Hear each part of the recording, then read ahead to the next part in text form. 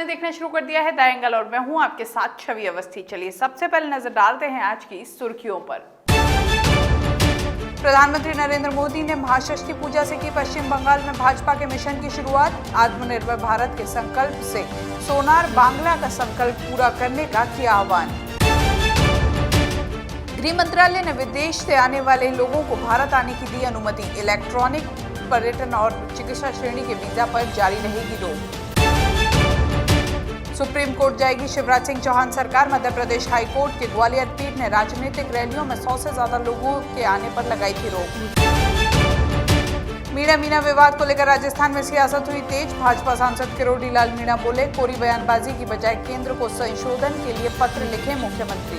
पश्चिमी बंगाल में विधानसभा चुनाव से पहले बीजेपी ने दुर्गा मां की षष्ठी पूजा के साथ अपने मिशन की शुरुआत की।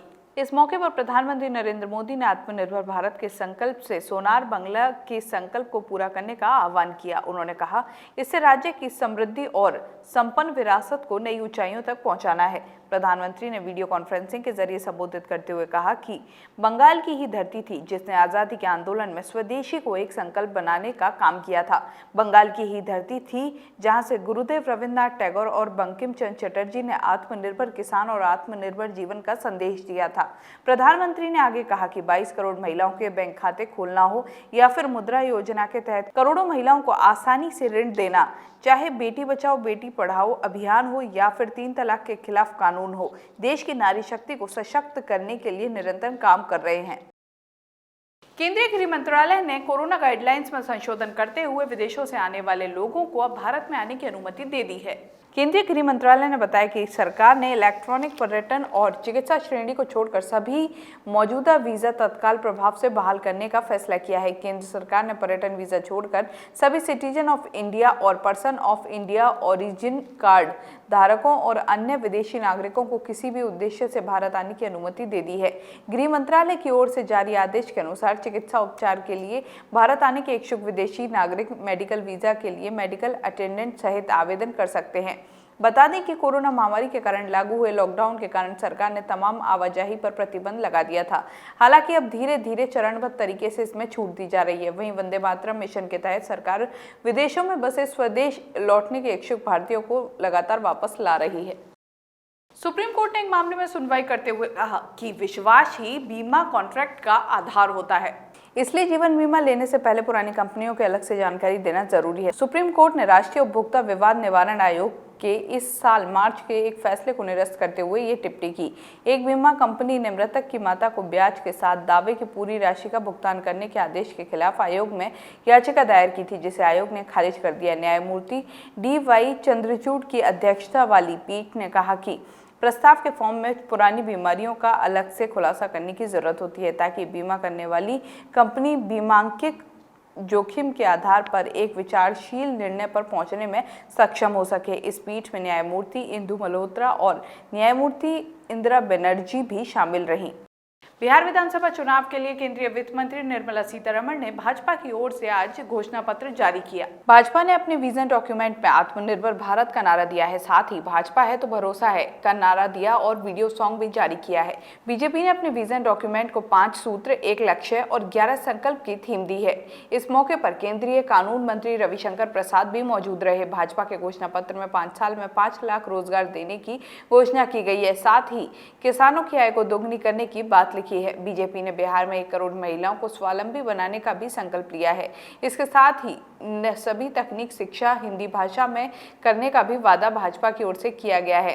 इन 11 संकल्पों से राज्य में 19 लाख लोगों को रोजगार मिलेगा। भाजपा नेता ने कोरोना वैक्सीन को लेकर बड़ा ऐलान करते हुए कहा कि जैसे ही वैक्सीन के बड़े पैमाने पर उत्पादन शुरू होगा, बिहार के हर शख्स को टीका मुफ्त में लगाया जाएगा। मध्य प्रदेश के उच्चतम न्यायालय की ग्वालियर पीठ के द्वारा जो रैलियों पर प्रतिबंध लगाने का फैसला किया गया है, उसके बाद अब शिवराज सरकार ने सुप्रीम कोर्ट जाने का फैसला किया है।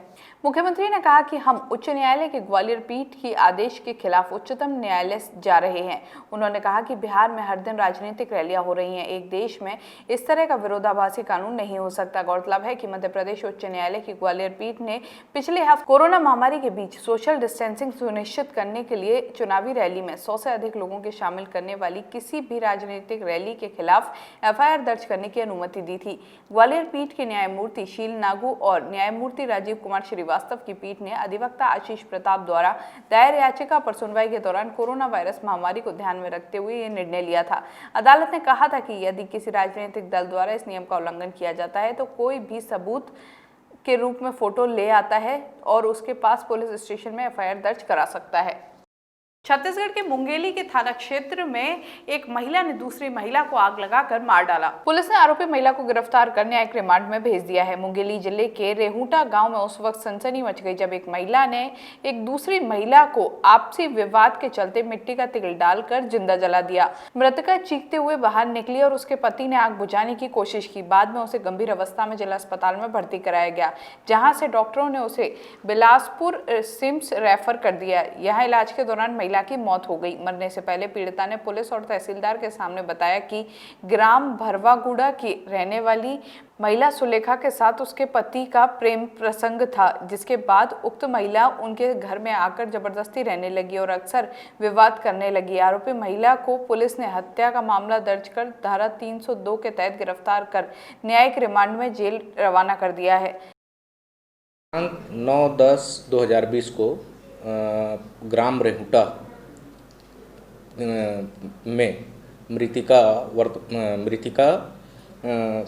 श्रीमती कविता कुर्रे, जिसे उसकी सौतन सुलेखा कुर्रे द्वारा मिट्टी तेल छिड़क कर आग लगा दिया गया था। आग बहुत ज़्यादा गंभीर होने के कारण उसे जिला अस्पताल मुंगेली लाया गया था। मुंगेली से उसे बिलासपुर रेफर कर दिया गया था। महिला चूँकि बहुत ज़्यादा जल चुकी थी तो उसका मृत्युपूर्व कथन कराया गया और बिलासपुर से हम लोग को डायरी प्राप्त होने पर आज हत्या का अपराध दर्ज किया गया है और आरोपिया श्रीमती सुलेखा कुर्रे को गिरफ्तार कर न्यायिक रिमांड पर भेजा जा रहा है।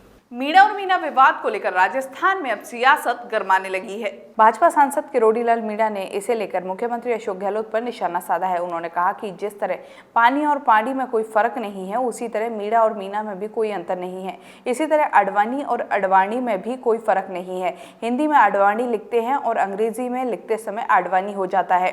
भाजपा सांसद ने कहा कि मैंने 2019 में संसद में ये मुद्दा उठाया था, जिस पर जनजातीय मंत्री की ओर से पत्र आया था कि राज्य सरकार की ओर से संशोधन को लेकर कोई पत्र नहीं भेजा गया है, जबकि मुख्यमंत्री कह रहे हैं कि उन्होंने 2018 में इस संबंध में मंत्रालय को पत्र लिखा है।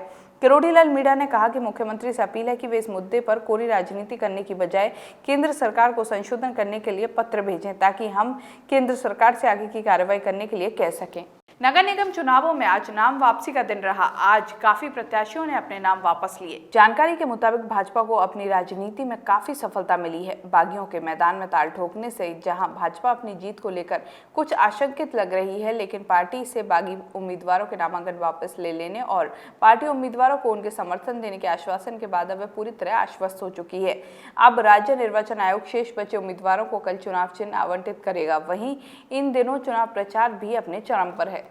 इस बुलेटिन में बस इतना ही। अगर आपको हमारा वीडियो पसंद आए तो हमारे चैनल को सब्सक्राइब करना ना भूलें। नमस्कार।